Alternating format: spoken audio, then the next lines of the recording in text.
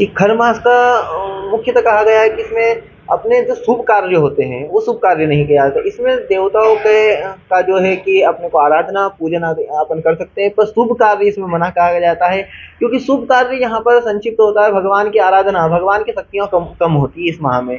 इसलिए शुभ कार्य में अगर अपन किसी को कुछ देना चाहते हैं, किसी से कुछ लेना चाहते हैं, तो हमें उसके लिए उनको पूर्ण रूप से ध्यान करना होता है भगवान का। इस समय भगवान हर मास के समय में भगवान की शक्तियाँ कम होती है, वो थोड़े से कष्ट में जो होता है कि अपन कष्ट नहीं देना चाहते किसी व्यक्ति को, उसी प्रकार भगवान का भी इस माह में कष्ट होता है। ये आराधना का माह कहा गया है कि भगवान को शक्ति प्रदान की जाए। इसलिए घर के शुभ कार्य आदि में भगवान को नहीं बुलाया जाता है, क्योंकि भगवान का शुभ कार्य अगर अपन करवाते हैं तो उसमें भगवान को आना होता है और भगवान अपना कार्य करते हैं। तो हम यह खरमास इसलिए मनाया जाता है कि अभी 16 दिसंबर से खरमास प्रारंभ हो जाएगा, जो कि ये संक्रांति तक रहेगा।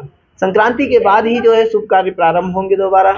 उसके पश्चात विवाह कार्य इसमें बंद कहे गए, विवाह कार्य नहीं हो सकते। गृह प्रवेश आदि जो नूतन कार्य अपन करते हैं, घर में भंडार भरना या गृह प्रवेश करना या नई दुल्हन का गृह प्रवेश, ये अन्य कार्य इसमें बंद कहे गए हैं। परंतु भगवान की देवी आराधना जो होती है, भगवान का पूजन वगैरह आराधना जो होती है, भगवान का सुंदरकांड कर रहे हैं, कथा आदि कर रहे हैं, ये अपने कार्य इसमें कर सकते हैं। इसका महत्व यही होता है कि हर मास में भगवान की शक्तियाँ कम होती है, तो भगवान को हमें शक्ति प्रदान के लिए, भगवान के निमित्त जितने भी कार्य अपन करना चाहे वो कार्य कर सकते हैं, तथा अपने नियमित व्यक्तिगत रूप में जो अपन कार्य करते हैं वो कार्य हर मास में मना कहे गए हैं।